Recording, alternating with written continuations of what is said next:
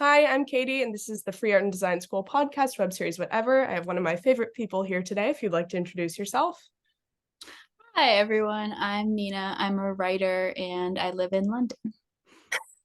You're a writer and an artist and multi-talented, and you've done so much with your life, and you're so young. I really wanted to interview you because I think you have really interesting perspectives on art making. And I'm sort of wondering if you could talk about sort of your creative path and how you became a writer. And you said you're doing is it an MFA in creative writing right now? Yeah, I mean it's technically an MA, like British American differences. But yeah, thank you, Katie. Thanks for having me. I'm honored to be here. Thank you for that very nice introduction. Um, I guess I wanted to be a writer when I was like 10 years old and wrote a horrible novel about the Holocaust and then didn't write again for like 10 years.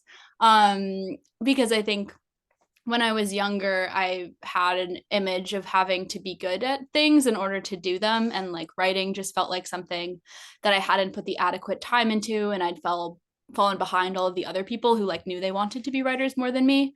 But then when I got to college and I went through a bad breakup, I just needed an outlet for all of my feelings. So I started very obsessively journaling. And then out of that, sort of realized like writing is this thing that makes my life feel more worth doing and makes me feel alive. And so from there, I was sort of able to recognize that I had the capacity to have a substantial amount of output and process my feelings in that way and move towards things that were less journaling about being sad and more of an artistic process. So have you found that a lot of your writing comes from personal experience, or have you started writing stuff that's like less about your past? Like what sort of interests you, or what do you find to be like exciting content to write about? Yeah, that's a fascinating question. And that's something that I always think about when I'm reading other people's writing. Like one of my favorite writers, Lori Moore, said that she's always flattered when people insist that things have to come from her life because it sort of suggests that there's this sense of reality where we think it had to have happened. You wouldn't be able to capture it in that level of detail if it hadn't. I think everything that I write about comes from real emotional conflicts that I've had. But I think when I was younger, it more had to be a direct sense of this having happened to me and like really transcribing conversations. And that's really helpful for me to be able to get the sense of what conversations and dynamics feel like, even if now I'm able to move towards more of creating abstract situations that can evoke the feelings that I'm having without having to actually be pulled from real life. That's awesome. That's a very hard transition to go through. That's very cool that you were sort of able to come to that place. What have you been writing recently? So I just handed in my dissertation about Samuel Beckett. Thank you. Oh, nice. Oh my God, um, incredible. Thank you for I did a master's in creative writing or in English literature at the University of Exeter. So mostly have been doing a lot of critical writing for that. And that was about the body and digestion and eating in Samuel Beckett's Oeuvre and that relation to sort of thinking about writing process as something that can be like akin to eating and excreting and all of the weird ways that we can go about that. Oh my God, incredible. I think that's so funny. I'm thinking of IBS memes. Is Do you think having that sort of like critical background and like an understanding of being able to break things apart is useful to you, like going into this next degree where you're going to be just doing, I assume, like a lot of output?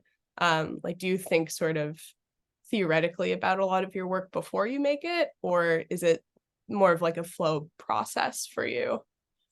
I think it really depends. So, for the project that I'm interested in working on next year, I'm engaging in auto theory, which is a kind of writing that both pulls on criticism and philosophy and things like that alongside semi autobiographical writing. So, the reason that I'm doing the scholarship is because I wanted to do a lot of academic research because I knew that, like, very directly in my creative writing, I would be referencing a lot of these thinkers. But I think more broadly, it doesn't necessarily have to be theorized. I received this advice when I was a freshman in college that you shouldn't write something if you already know what you're going to say because then you will bore yourself. And I don't think that's true for everyone, but it's definitely true for me. So, like, I don't even outline. And I think if I had a sense of, like, here's the message that I'm trying to get across, I would get bored and I wouldn't be able to do it anymore. Yeah. God, so interesting. I One of the reasons I wanted to talk to you is because you were very well educated and you've been through so much. Actually, you're one of the only, probably will be the only person on this series who I have taught at speech and debate. Yeah. I will probably not be a teacher again, at least for a very long time. But I'm wondering sort of like how when someone is teaching art, it's very sort of nebulous, like what the right kind of instruction is, because obviously everyone is a different kind of artist and everyone like needs a different level of criticism. Like, have you found sort of like what kind of feedback do you like most on your writing, or do you really not like to have feedback until you've finished writing it and you do like another draft? Like, I'm sort of curious what your relationship with the educational experience as a writer has been. Yeah, I think it's complicated, and that's definitely something that I grapple with because I think feedback can be addictive, especially when you get positive feedback and you want people to say like this is working. I think so I'm trying to organize my thoughts. I think the first thing I think is related to one thing that Lori Moore, who I love so much, mentioned on this podcast, that when you have people read your stuff, you should be looking for people to kind of confirm suspicions that you might have already had. So if someone tells you like this isn't working for me and you're like that's definitely working, then you should ignore them. But if you're like I don't know if this line lands, I don't know if this character feels fully fleshed out, and then someone agrees with you on that, that kind of information can be really helpful. So I think feedback is invaluable because you're in your head, it's impossible to see things with new eyes, and so other people are necessary in order to be helpful with that. But I think it's about selecting a group of people who, if you did it perfectly, it would totally land for them. And like, even if you did something perfectly, everyone's not going to be a big fan of the work. And then using them to sort of like bolster intuitions you already have, because it can be very easy to just totally use other people to decide if things are working or aren't working. And then you, I think, lose track of your artistic voice. That makes sense. Yeah, finding that balance between like how much to change your like, untouched work is definitely something that like I personally struggle with as a designer. I'm curious, sort of like, now that you've been through so much like schooling and like have all these different perspectives, like what are you sort of like, um other than having a scholarship, what is the benefit of doing your next project through an academic setting versus like doing it on your own? Like, is there a particular reason that you think academia is like a useful way to kind of shape your writing journey? Yeah, I think for me, the fact that I am very consciously carving out time and space to work on my project is really helpful. And then I think also I have ADHD, so not having structure and just like being fully free reign, it's just a lot harder to get things done. And so having an advisor who I'm accountable for, even if I'm not receiving a ton of feedback, but like I will get you this number of pages by the end of the week, is really helpful. And then I think also just being in a community with other people who have the same values and who I can talk to about writing and stuff, that I think is one of the things that's been most exciting for me about writing in an academic context. Got it. And have you found that like the other people around you have sort of like different writing patterns or similar, or like, I'm not a creative writer, or I've done a lot of writing, but I've certainly not ever done it in a communal sense or an institutionalized sense. Yeah, I mean, I haven't started my program next year, so we'll see. I think in undergrad, when I took creative writing classes, I think people would have different patterns. I think a lot of people were sort of more of the like, you'd have big spurts of writing and then you'd take big breaks of from writing and then you'd come back to it, and everyone had a really fraught relationship, which I think was kind of comforting because Yeah. like I also will go through those sort of ebbs and flows. But I think everyone ultimately works differently, and it really depends. But it's interesting to see those differences. I don't know if that answers your Yeah, question. no, totally. I'm very curious about different forms of art that I'm not like directly a part of because I'm so like kind of stuck in my hole of design. But I'm curious about the like sort of like intersections between different kinds of art, and how those different kinds of art are like taught, how they're, different theories about them overlap or like do not overlap. What sort of keeps you going? Like when you're like, after a spurt and you're like, I'm so done with this, like what sort of allows you to continue making your work at like a sustainable pace? Are you just like very excited about the work? like what happens when you're not, like. Yeah, I mean, excitement I think is crucial. I think it's impossible to really sustain interest on a project you feel like you should be doing, but you don't actually like really love and care about. I think reading is also really helpful because both I can see people do things that I wouldn't have imagined or thought were possible, and also I can sort of have things hit for me and resonate, and that sort of reminds me like what I'm going for. It's sort of like the art creation-y feeling, which I imagine that I would think that it's similar. I don't know. It's so interesting to know what people's internal experiences of making art are like. But then I think also like not making myself feel guilty if I do have to take a break or if I'm doing more academic writing and then I come back to it, because I think like shame and guilt can be some of the biggest things that get in the way. Yeah, unfortunately. Do you think you want to be a professor at some point? Do you want to help other people? Or are you not so interested in that? I mean, I feel like the biggest barrier to being a professor is just like academia is in such a tough place right now. So many of those positions are getting like axed. And so even if I were to go through with a PhD, I feel like I would have to do it not expecting that I would get a job at the end. But if I knew I would get a job as a professor, I would love to do that. I didn't even realize there were PhDs in creative writing. That's insane.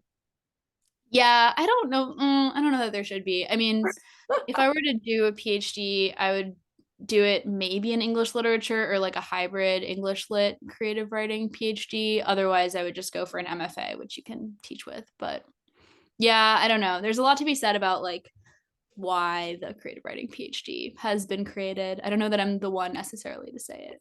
Okay, you can always just have 3 master's degrees, you know. That's Yeah, fair enough. the more the merrier. My God.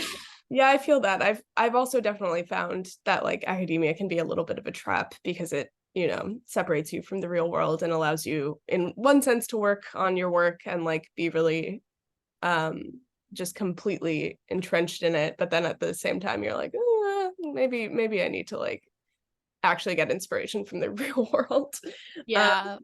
do you find yourself because I haven't read any of your recent stuff, but do you find yourself using other genres that are not related to the way that you write as an influence, or are you pretty like interested in the kind of writing that you do and then seeking out authors that are like similar, or like covering similar topics to the ones that you're interested in? I think I definitely like exploring. I mean, I'm so young that I don't feel like the genres that I'm in now are the genres that I have to be in. So even like I read Carmen Maria Machado's In the Dream House and then her collection of short stories. I don't know, have you read either of them or anything by her? Maybe. I read so much in college that I have no memory of anymore. It's kind of That is, sad. yeah. That is so fair. But she writes a lot of really cool science fiction and horror-y stuff. And so that was really exciting to me, both to see someone who's so prolific and engages in all of these different genres, but then also to have things like emotionally resonate with me and think about pushing myself to sort of explore those genres is Mm. exciting. Are you gonna start writing horror? I don't know. I would love to try. I feel like I get too horrified to be able to fully let myself go there. But I've been reading Shirley Jackson, who I'm obsessed with, and it would be cool to at least experiment going in that direction. So if I don't do it, I'm not like I've never even walked down that path before. I had a big Shirley Jackson phase my freshman year, and I wrote a bunch of horror stories, and they were all ass, but it was very fun.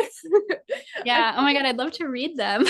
I don't even have them anymore. Like I'm so many laptops out that like even I've written a few books and like the manuscripts are gone. Like it's just crazy that I'm so bad at backing up files, but maybe it's a good thing. I'm sort of curious for people who don't know you and your work, if you could sort of describe like what you've written or the style you write in, or like sort of like who you want to be understood as an artist as. That didn't make sense, but you know what I mean. Yeah. I mean, I think I've written things that are different from each other in a lot of ways. I think fundamentally, I'm interested in how weird bodies can feel and sort of how that shapes one's experience of the world, and then kind of failures in communication and alienation and wanting too much, and the discomfort of feeling like you have kind of an unbearable need that can't be sated. So I think all of those things intersect, and kind of show up in all of my work in different ways.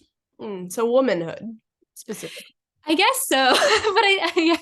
I'm kidding. But no, it is really interesting. I'm sort of like, I don't know, there's a lot of literature that I come back to time and time again when I'm sort of like in a funk or like feeling sort of weird. I read a lot of like Kurt Vonnegut or a lot of Tom Robbins, and it's so strange that like the books I feel most connected with are ones that like are not contemporary. And yet at the same time, I think a lot of like the modern themes of anxiety about the world or about the body or whatever, um, sort of require contemporary writers to write about them. And I'm sort of interested if like when you are seeking inspiration, do you find yourself like reading more contemporary work or like going to older classics like Samuel Beckett or whatever? Yeah, I mean, I think I can definitely have a tendency to err towards contemporary fiction, which I'm trying to stray away from.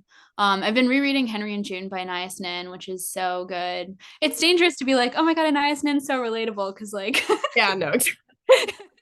so she's not so relatable, but sometimes she's so relatable, and it's sort of crazy to think about her like writing in the time period that she was in and being the person that she was, just like so intense and so passionate and so sort of ferociously demanding things from writing and from other people. And then yeah, Beckett also, who I hadn't really read much of until this year, like has so many weird scenes of bodies and thinking about eating and food that have felt so personal and like intimate to me. So I think it would be silly to be like, oh, only contemporary fiction is able to be up to date. I think being able to resonate with things from across a wide period of times in sort of similar ways to, I think, like openness to genres being important. I think openness in that way is also critical. Interesting. What have you found to be sort of like a recent challenge you've butt up against as a writer? I mean, my dissertation was incredibly challenging because it was like 50 plus pages about Samuel Beckett. I was reading this book by Daniel Katz called Saying I No More, I think is the title, about how Beckett sort of is designed to, like, he's trying to deal with the fact that he feels like there's nothing to say and there's nothing to contribute. And then he still has this compulsive need to say things, which is something that I feel a lot of the time. I'm like, how could I possibly contribute anything? And then it's like my life meaning is organized around having this need to talk. And so trying to write critically about someone who sort of in a way wants you to have nothing to say about him, or that there is nothing meaningful to say in general, finding meaning there is very complicated. I hope I did an okay job. I'm sure you did. I'm sure it was wonderful. And I'd love to read it if it's not like terribly dense and something I'd need to like do a ton of research for. But even then, I'd love to read it. Um, this is a dumb question. Do you think the compulsive need to talk has anything to do with being a Jewish woman? Because I personally feel that way. I thought you were gonna ask if it has anything to do with being a debater, and I was like, oh Oh, god. no, we're not going to talk about that unless you want to. um, oh, I have no idea. I feel like I have so few touch points for what it's like to not be Jewish that it's hard. Oh my God. That's great. Yeah. Okay, well, you opened the door. You did speech and debate. You had to do a ton of writing and research in your very illustrious career. Do you think it prepared you well for being a creative writer? Obviously, there are different skills, organizing different kinds of essays, different kinds of writing. But I like when I studied philosophy in college, I certainly felt like I had a leg up because I had done so much writing and research when I was in high school. Um, but maybe you feel differently because there's such disparate forms of writing in comparison. Yeah. I think that I thought it prepared me to be a better writer more than it did when I started college. Because I think with English literature, I was very like didactic in terms of how I approach writing about things. Like, I need a clear argument and I know how to do the thing where I just like make things very black and white and like say that the other side is dumb, which I think is a bad way to approach reading literature and like doesn't give rise to the most interesting conclusions. So I think I sort of had to unlearn a lot of the debate thing. At the same time, I think like the thing that was most helpful for me about debate was like the veracity with which I approached writing and learning, and also that sort of feeling of like the addictive quality of like giving a perfect speech as this high that I was always chasing. And I think I recognize that same sort of like kernel in myself as the thing that compels me to keep writing. Wow, that's really interesting. That's a much that's a better understanding of like post-debate syndrome than like any therapist could ever give. Like to find literally like the thing that captures the same sort of high and like propels you to like keep writing is really exciting. I think I'm still sort of chasing like, I don't know, not my purpose in life, but how to feel successful or feel like I'm doing enough, especially in a creative field where there's no metric of success. I'm wondering if you struggle with that at all. I mean, you said that like being in an academic setting where you have a schedule of how many pages you have to do sort of like helps you with, you know, staying on task. But do you sort of feel lost at sea in this kind of limitless world of being a writer where you could write a book or 100 and like when you die, it won't matter. Like, you know, no Oh one my was God. setting up, no one was setting up expectations for you except yourself. Yeah, no, certainly. And I think, yeah, I definitely have a lot of anxiety about that. I think about a lot because debate was so torturous. Like, what was the thing that kept me going? And I think one of the things I realized was like it was a container that made my life small enough that it was something that became manageable. And then when you're creating art in the world outside of that, like there's the passion and the drive, but like the rules are so unclear. And I think freedom is incredibly uncomfortable. I think I just can't think about it. Like if I let myself go there, it's just like a pit of despair. And so I have to just be like, okay, I'm only allowed to think about writing if I'm thinking about the thing that I'm writing. And if I existentialize, like it's just not, I'm not going to reach like useful conclusions. But of course I do it anyway, but it's bad. I should stop. Oh, I don't think you should, but I do think you should look on the lighter side too, which is that like the freedom and sort of like meaninglessness of being an artist is also very liberating because it means you can just work on what's important to you and like whatever you leave behind is beautiful and other people will cherish. And it sort of doesn't matter, but not in a sad way, but in a really positive way. That's literally the only way I've been able to like be okay being an artist. I'm like, whatever, it's fine. You know what? We all die. It'll be okay. Yeah. This became a very existential interview. It's okay. I was just writing about Beckett, so Yeah, exactly. What's something you're excited about, either in life right now or like going into this new program with new people? You said you just moved to London, which is super exciting. I imagine very busy and fun. yeah, I think the biggest thing is that I've just been taking more of a backseat on creative stuff to do more critical writing. And I'm working on this book about having an autoimmune gastrointestinal illness. And so I'm really excited to get back to that. And hopefully all of the Beckett stuff is like laying the theoretical groundwork to be able to expand on the work that I did prior to my master's. So I'm hoping that will pan out. And even if it doesn't, I'm hoping that I will have fun, which I'm sure it will. You said that's not creative, but it definitely feels sort of creative. Like, where's the divide for you between critical and creative writing? Yeah, I mean, I think of the project as creative, but I think the dissertation was very strictly literal criticism. Like, I don't think I talked about myself at all. But I mean, I do think like it can be blurry, and that I think I've also been able to like lean more into the more lyrical elements of my creative writing when I am doing critical writing. But I Mm, think there's just like sort of a formal freedom in creative writing that I don't necessarily see in something like a dissertation for a literary master's. that's fair. Are you, I don't know, I don't want to get this confused. So you just finished the dissertation. Are you also separately writing about having an autoimmune disease? Yeah, that's Okay, next year. got it, got it. Oh, okay, I see. Um, Interesting. So, huh, like when you were, what is the process of self-reflection for you when you were writing about something that you were so close to? Because obviously, like getting criticism from someone else about something that you are experiencing or have experienced is super weird. And like, I guess criticism is mostly about how do you explain this thing that you've experienced better to the world or better to an audience. Um, but do you find it like harder to write about something that you've personally gone through than like to do something like a little further removed, like just pure literary criticism? Yeah, I think it's both easier and harder in a lot of ways. Like when I was really sick, I was sort of compulsively writing about everything. And so it's nice to have that as a document of what it was like to be inside of something in ways that I even now, like years later, feel kind of distant from. And I Mm. think also having that distance and being able to return to that writing and see what works and what resonates and what doesn't is really helpful. But I think that was also part of why I wanted to make it something that wasn't just grounded in my experience, but was kind of synthesizing academic text and situating myself within a broader context of conversations.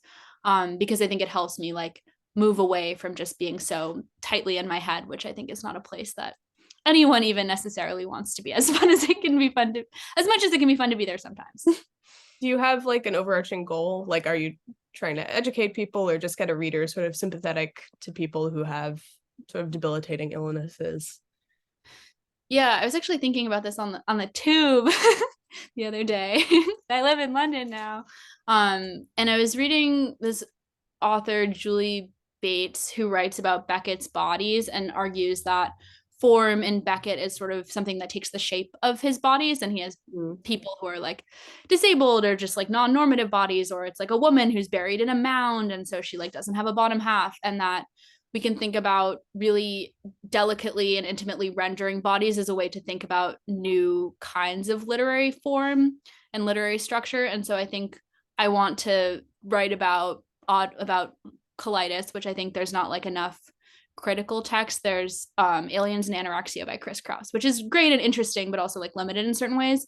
And I think that there's just like new ways to think about what writing means and what writing looks like that can arise out of me like really getting this kind of experience right. And I think for people who have colitis or who have had gastrointestinal issues or who have autoimmune illnesses, it hopefully can be something that feels validating. And I think it could also just like shed light on what it feels like to be a person. Mm. Wow.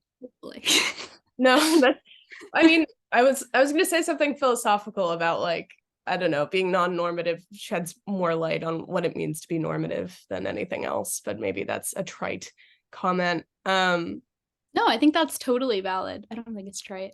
Well, I appreciate that. What like you're so quick at answering questions. I'm like struggling. Um, so for the when you set out to write something, you said that you don't typically do like outlines or anything. What's I've never had the experience of like looking back at like my notes during an era and then like transforming that into like something new. Um, how does that process like work for you? Like, how do you decide sort of like what parts to include from something else that you've written in the past and then like bring it into a more or a less autobiographical but more like critical text? Yeah, I mean, I think I honestly just kind of think with my haha gut. But I'll just go through like I have all these files and I'll kind of just highlight things that stick out to me and like resonate with me. And then on a less existential or philosophical and more technical way, I use Scrivener. And so I'll put like, have you ever used Scrivener before? Oh. It's this sort of editing software where you can like put things in like little in one place and then you can move them around. So it's like very easy to like experiment with different organization and then move things out and then put them back in. So I think also just kind of moving things around, seeing if it feels right as part of a broader whole. And then if it doesn't, I'll put it in another document, but I'll know that it's there and I can always put it back in. Interesting. Very experimental sort of. I assume that's what people would have done if they like cut out pieces of paper and then like rearranged them and then see how they work. Yeah. Do you have any interest in poetry? Because it feels like you have a very sort of poetic approach to some of this stuff.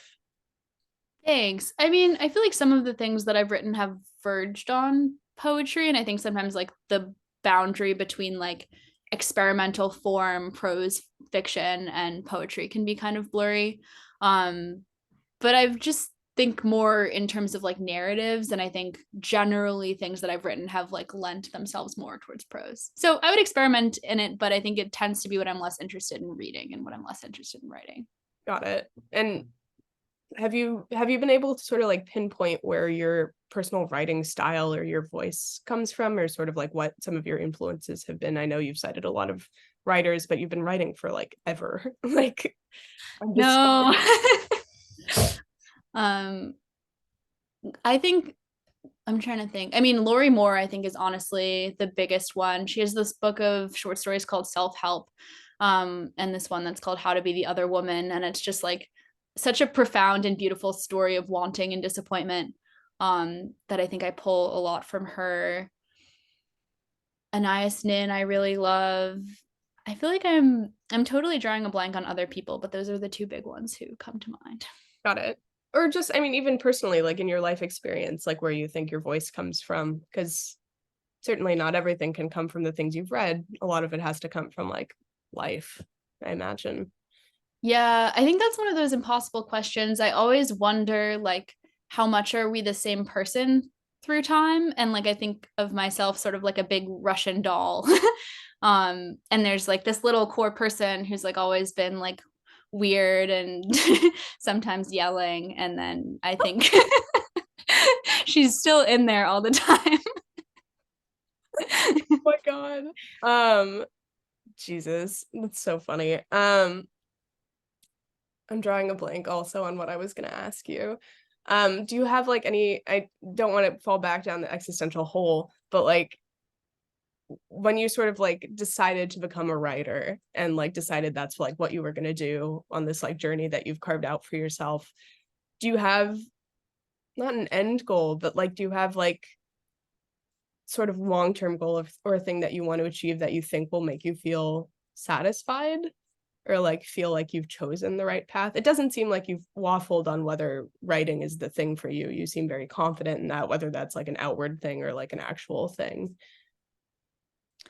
Yeah. I mean, I think that if I set a goal like that for myself, I think it would not be not honest, but like I could set it and then I could meet it and I would be like, okay, now I need a new goal. Like, whatever, that wasn't a good goal, or I could not meet it and hate myself. So I think ultimately it's much more about like, for me, it feels like an urgent bodily need almost. And so I just kind of have to keep doing it over the course of my life, or I'll feel like I haven't brushed my teeth in years or Mm. something if I were to like give it up. But I think it's just sort of that I have to keep doing it and try to focus on the process of it rather than like that if I reach a certain number of people reading my stuff that I'll feel happy, because I think that kind of like external validation, as my therapist is trying to help me learn, will never be like really so fulfilling.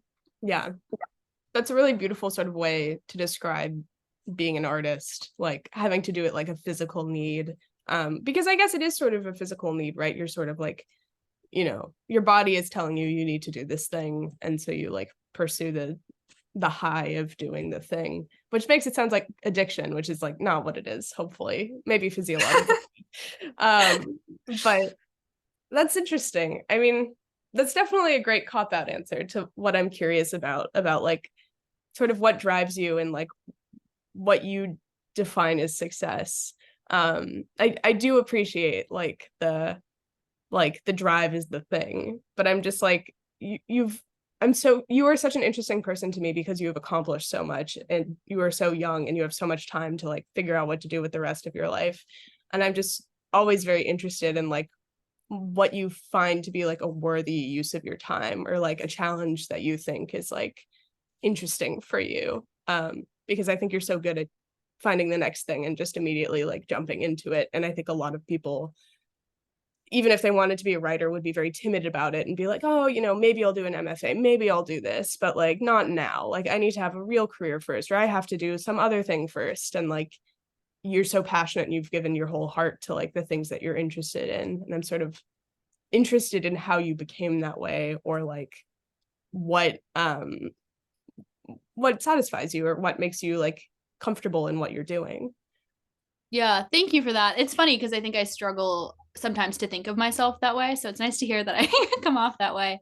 I mean, I think ultimately for me, the goal has really just been like, I want to be able to have time and money to, and like support and guidance to do the projects that I want to do. And so, how can I go about getting that? So I think like once I finish this scholarship, I'll be starting to think about, okay, maybe I should apply for an MFA because then I would have guidance in America and then I might be able to try to teach with it. And then that would continue to carve out time for my writing. So, on a most fundamental level, like money and time.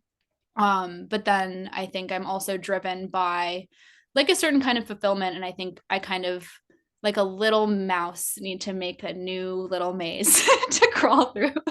And so I'll build these little projects for myself that will continue to be satisfying. And I think if I don't have a project, I'm like, what is my place in the world? And I think also, like, if someone says that they don't write to be read, they're probably lying. Like, I think ultimately I very much do want to publish my work and would like it to be read by people who would find it exciting. So those are more long-term goals. And I think also I am driven by the idea potentially of exploring other forms and ways that I could engage in writing in a more collaborative way. So being in a writer's room seems exciting and interesting. So I think that's something I want to think about pursuing, especially next year and as I finish up with this program. If that is don't come back about it. Don't come back to LA until the strike is over. Don't do it. You should just be a comedian. You have all these trite, funny little comments. It's so good. Yeah. Are you interested in collaborative writing more as like a fun sort of like tool for you, or like on a more like fundamental philosophical kind of like surrealist like level? Say more about the surrealist level. Well, you have, maybe it was more Dada than surrealism, but you'd have something like the beautiful corpse, where like someone would draw something and then the next person would fill more in, and then the next person, and then it becomes this collaborative exercise on like, I don't know, the collective unconscious or whatever. Like, I'm wondering if you're interested in like writing processes as a way to like interact with people like on a more like normal level, or on a more like fundamental like weird artistic way, I guess. Yeah, I mean, I think all of those things are exciting to me. I think I love surprises, like aesthetically surprises, I think are awesome. And so I think working with other people is sort of an extension of like, I do feel that I surprise myself, but I'm just me. And so like bringing other people into the process, I think you can really get at the weird and nitty gritty parts of your brain and the weird parts of someone else's brain to get somewhere that's truly insane. And I think that is somewhere worth trying to get. Like Good Omens, you got to have different approaches to the same characters and see what happens. Yeah, exactly. Okay, we only have a couple minutes left. I'm wondering if you could talk to yourself from like 10 years ago, what would you tell her about your journey, or what to expect, or what to do differently? I don't know. I always feel funny about telling my previous self to do things because I feel like I'm in a good place now. And, maybe I've just been like brainwashed by movies about time travel, but like I do feel like it's important I got everywhere I got for the reasons that I got there. But I think I would probably say something about like worrying less about external validation and what other people thought of me, spend more time reading, that I'm chill, I'm going to be okay. I should probably be going to therapy, even if I think I don't need to. Maybe that I have ADHD. I like would be curious what would have come of that information. Incredible. Well, Yeah. On that note, you've been amazing. I'm so glad I got to talk to you. It's been, my God, years since we've had a video call. So I hope you're doing well, and I hope I can visit you in London at some point. It would be really nice to hang out again. Yeah, no, I would love to have you. Please come out. Yeah, thanks so much for having me. This has been lovely. And I want to hear more about your work at some point. We'll talk. Sounds good. All right. Take care, Katie.